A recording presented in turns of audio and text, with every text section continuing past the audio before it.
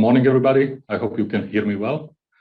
So let me start. So I would like to introduce NETSCOUT first. So I don't know how many people heard about the NETSCOUT, or I think better also would be also to mention the Arbor Networks. NETSCOUT acquired Arbor Networks in 2015, and NETSCOUT is putting together the visibility and the security and the threat analytics. And this is what I would like to discuss today and present 4 different ways how to ensure the cybersecurity with our product, Omnis Cyber Intelligence. Couple information. So the NETSCOUT is US-based company. So we are on NASDAQ. The headquarters is in Westford. We have over 2,000 employees and over 800 million revenue, and we are cooperating in Lithuania with Bluebridge. So we are working on some interesting projects. And also I would like to invite you, if somebody of you will participate also on the live conference in the conference center next to the airport. So please visit us on our booth, and me and my colleague will be glad to answer all the questions. Yes, before I start, I would like to put some information that we are always collecting every half a year. We are presenting threat intelligence report. So if you are interested in what was the last findings about the threats, about the DDoS, with the DDoS focus, you can download it from netscout.com/threat report, and just some information, some numbers, what you can also find in the report. So how important is it in 2022? I think we do not need to discuss a lot, because there were a lot of political things that happened around the world, and we see the attacks around the whole world. And after the beginning of the war, and also in the left corner, you can also see that also the news in Lithuania was attacked by the attacks, and that the amount of attacks is growing. And here are the numbers from the latest report. So we see significant increase of the attacks in the first half of the 2022. As I mentioned, because we are putting together the Arbor Networks technologies with the focus on the DDoS attacks. So we are focusing on different kind of vectors for DDoS, and the increase from 10 to 20%, as you can see here. And what I also wanted to mention are the organized groups, so that are providing those attacks, as you can see names on the right side. And the kind of the most famous and on the rise in 2022 is the Killnet. And what was also interesting, so there is a huge focus on attacks against the voice over IP infrastructure, and the number of bots increased heavily. Yeah, and all the attackers or the groups of attackers, it's not like somebody in the cellar trying to attack any company. So those are highly professional companies with support that are providing those kind of attacks, looking for vulnerabilities. And that's why we are permanently working and discovering new and new vectors of attacks. So again, who is interested to read more, and please netscout.com/threat report, and you have all detailed information per regions, per different kind of attacks, vectors, and so on. The solution that NETSCOUT is offering is under the umbrella of Omnis Security. So it has 2 components, we can say. It's the adaptive DDoS platform, the solution Arbor Edge Defense, that is focusing on the perimeter protection and the blocking of malicious traffic, blocking of IOCs, blocking of the DDoS attacks. And the solution is based on the DPI, scalable DPI, and stateless inspection. So the main role of the Arbor Edge Defense is to protect all stateful devices like firewalls, VPN concentrators, and the block traffic on the perimeter. But we very quickly realized that this is not enough, and that's why we put know-how from our NETSCOUT monitoring part, so from using the DPI, that we need also to monitor what is going on inside of the network, so not only on the perimeter. And that's why our solution for the advanced NDR, based on the same technology from the point of view of DPI, using the same intelligence feed. As you can see, AIF is Atlas Intelligence Feed, and also using adaptive technology, which is called ASI, which Adaptive Session Intelligence, to provide the most visibility inside of the networks. Why we are doing it? Because the current state of the cybersecurity is always focused mainly on the perimeter and on the endpoints. But in the middle, there is the network. And we see that the network is very often the gap, and there is not enough attention for the visibility of what is going on in the network. And NETSCOUT, since 30 years, we are always saying the truth is in the packets. If it's for the network performance, if it's for the security analytics. So we are trying to extract the data from the network, from the packets. So always the main focus is to, with the DPI technology, to analyze the packets and to find the threats and also the performance issues out of the network. So what I would like to introduce today are the 4 pillars of advanced NDR, and also some use cases, how those pillars are used and what they can bring to the team. So advanced early warning, so to get information as soon as possible to the customers, kind of the zero-day attacks. The continuous attack surface monitoring. So what is going on in your network? Is somebody from inside of your network talking to some points where they are not supposed to talk? And also contact tracing. So is it the only host that is infected inside of your network? So to discover the lateral movements inside of the network. And last but not least, because the truth is in the packet, so to provide the analytics of for the back-in-time investigation. That means when the attack started, before it was maybe even identified by one of the feeds, but because we are collecting all the packets, we have also the evidence that somebody was already attacking you or some threat appeared already in the network before you even know, or before it was discovered by one of our feeds. So we also, so here are the components of the solution or the use cases that are helping, and we are trying always to map it into the MITRE framework. So the advanced early warning with the techniques like attack surface monitoring and the risk visualization is helping you by discovering the reconnaissance, traditional access, and what is going on in your network. Continuous attack surface monitoring with the geodata and the network visibility is giving you exact information. So what kind of communication and where the communication is going from, or if already from inside of your network, somebody is communicating to the places, to the locations, to the command control centers that you would like to avoid. And contact tracing is extremely important because it is very important for the networkers. Is it the only one host? To whom this host is talking to, and how some vulnerability is spreading inside of your network. And last but not least, back-in-time investigation is putting everything together, because when you already discover some attack, you want to analyze back in time when this attack started, and because all the packets are available, we can do it, and we can exactly say, so the first time when IOC, threat, malware, traffic you do not want to see in your network appeared first time on your network. So let's go to the first scenario and what we are using for the early warning.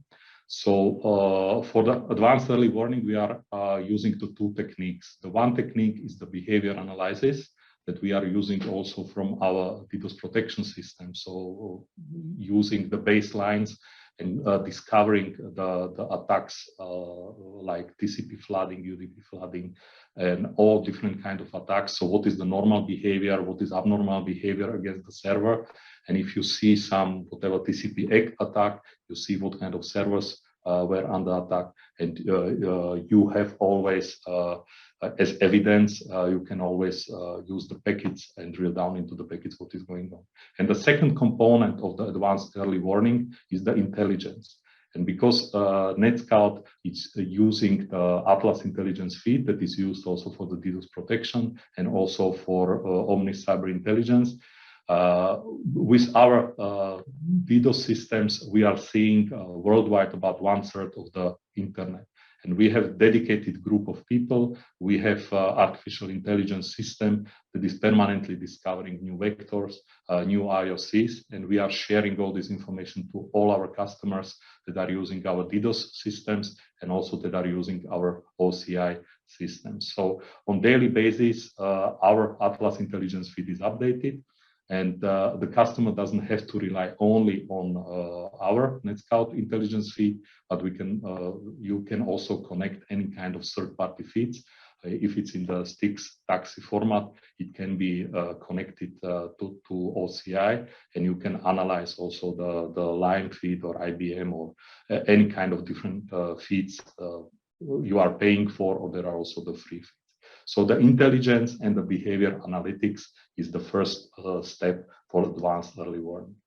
Another very important point for the let's call it SSL hygiene of your network is because we see that 60-70% of the traffic inside of the data center is encrypted, is SSL, and that's why it's very important to know, is all my SSL traffic clean? So do I have all correct certificates? So this allows you and gives you the information if there is something like the weak ciphering that is used in your network, or maybe there are still some servers that are using TLS 1.0, or some certificates are already expired, or what kind of issuing authorities are used. So it's very important to give you the visibility. So what kind of SSL traffic and what is used inside of your network. That's just one example. If something is changing, like the certificate is getting to expire, you get automatically, of course, notification about it. The second approach is attack surface monitoring. What does it mean? Because the one thing is the monitoring of the internal traffic, as I mentioned, but also with the geo data, it's also important to know so where the people from my company are communicating. And here can be also example. So like a red flag can be why there is a traffic from inside of my organization and going to some countries, like for example the North Korea. And because I have all the data that I can use, I have all the packets, what I can use, I can dedicate, okay, let's discover how much traffic from my organization is going in direction of the North Korea. Because I am using the DPI, I can identify what kind of applications are used. And because I have all the packets, I can look inside of the packets. So I have the option to launch packet analysis. And here is my evidence. And I see in the packet communication there is FTP request for the transfer of some internal file that is so why somebody is sending, downloading, uploading the file from my organization, which can be whatever critical report from inside of the company, and why this is going to some countries that I do not want to. And this is always thanks to all the packets that are available. And here is also my evidence that can be also used for some kind of legal entities as evidence. The next step is the contact tracing. And the contact tracing means if I already discover inside of my network, if I already discovered that something is going on, is it the only one use case? Is it the only one host that is affected by this threat? So one of the IOCs that not long time ago was discovered was the Log4j. And because, as I mentioned, this is based on our Atlas intelligence feed. So all the either grouped by MITRE, grouped by the vulnerabilities by IOCs, and one of those IOCs was the Log4j, and this was identified as example in our network. So I see that there is one host where this kind of behavior, this kind of traffic was recognized. So with the host analysis, I can graphically see so where this host is talking to from the geo perspective, inside of the network, outside of the network. So I definitely can see that this traffic was identified as malicious traffic. And as you can see here, so it was updated from the Atlas intelligence feed, the IOC that was identified, how it was classified, and it was identified. So this is the malicious traffic that we need to block. The second part is, yes, but what is going on inside of my network? So is it the only host, or so what kind of effect it has inside of that? So I can expand my view, and I can discover the host that the host that was infected is already communicating to, and then I see the communication between two internal hosts, which is fully normal. So the one host is .46, another host is 2.47, and let's have a look. So what is the another host doing? And I see that something strange is going on between those two hosts. And again, so the .46 was infected. So .46 was communicating somewhere with the malicious traffic, but then there is an internal communication where this between the two internal hosts, .46 and .47, where they are trying to exfiltrate, to get some sensitive data, and those can be exfiltrated out of my company. So this is very important to have also the full visibility on internal communication, because very often it's not only this, as I said, the perimeter factor, the communication from inside of the network to the outside world, but also there can be also the malicious traffic that I would like to avoid inside of my network. And because we are monitoring the full traffic inside of the data center, in case of the private cloud or public cloud, we have the full visibility of all internal traffic. What I also wanted to mention, so those solutions like the DDoS protection, so our solution Arbor Edge Defense is working together with the cyber intelligence. And if you want straight away to block this traffic, so we have also the integration with the DDoS protection system, so the traffic to the outside world can be blocked. Or also we have integration, for example, with the firewalls, where we can start with the mitigation with the firewalls like Palo Alto, that the traffic can be also mitigated.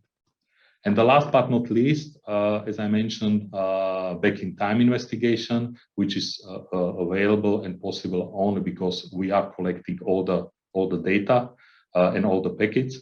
So this gives us the chance again. So in case of identifying of some malicious traffic, so we can identify when it started, and also if there is a new discovered IOC, we can retrospectively analyze when this behavior appeared on my network. So we do not need to wait until some incident happens again, but we can just use for the IOC that was newly discovered, and the system was informed by the Atlas intelligence feed or any other feeds.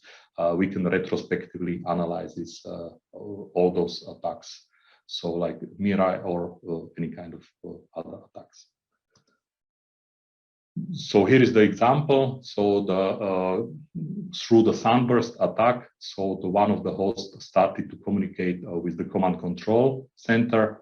Let's discover all the hosts inside of my organization that are communicating to that host. And I have in the next graph, I can identify when exactly all this communication and all these sessions started in my network.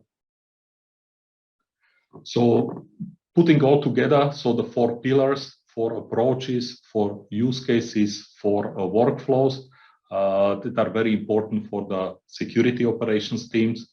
And also wanted to mention also the collaboration between, we are very often seeing so that the teams are separated in the network operation and the security operations. And with the solution like the cyber intelligence, we are able to give the one tool to the both teams, because analytics of the network traffic is extremely important for the network operations, to have all the traffic collected, to have all the sessions initiated, and also for the investigation, also for the security teams. So putting together and giving the tool for the SecOps and the NetOps is also very important factor. So putting all things together, advanced early warning, NETSCOUT is providing the continuous intelligence. So we have dedicated Atlas team that is day by day updating those feeds. continuous attack surface monitoring provides the observability of everything what is going on inside out, and also only inside of on the network. Contact tracing gives you the tool that you can track and discover how many hosts were affected by a certain kind of IOC, and discover all the lateral movements. And back in time investigation gives you possibility to analyze and provide the evidence if you need troubleshoot, if you need the evidence for the legal entity to start some investigation. So the Omnis Cyber Intelligence as a tool offers the best-in-class platform for network-wide visibility and the detection of the IOCs and of the threats, the fast alerts and the integration also with the umbrella system like Splunk. We have built-in integration. For example, with the Splunk, we can send logs, we can send the alerts to the third-party system. Discovers based on the DPI, scalable DPI technology, all the security breaches. IOC matching, so discovering all the IOCs and sharing the new vectors, new IOCs with all our customers, providing the streamlined workflows for the SEC operations teams and the network operations teams with the 3 clicks, very easily drill down to the packets, and very cost-efficient instrumentation for the packet level visibility, for packet storing in any kind of environment, if it's in the data center, if it's in the private cloud or the public cloud. So in any kind of environments, we can collect the data and provide the visibility to our customers. So that was from my side. Again, if anybody is interested to know more, please visit us on the booth in the VIP center close to the airport, in the conference center.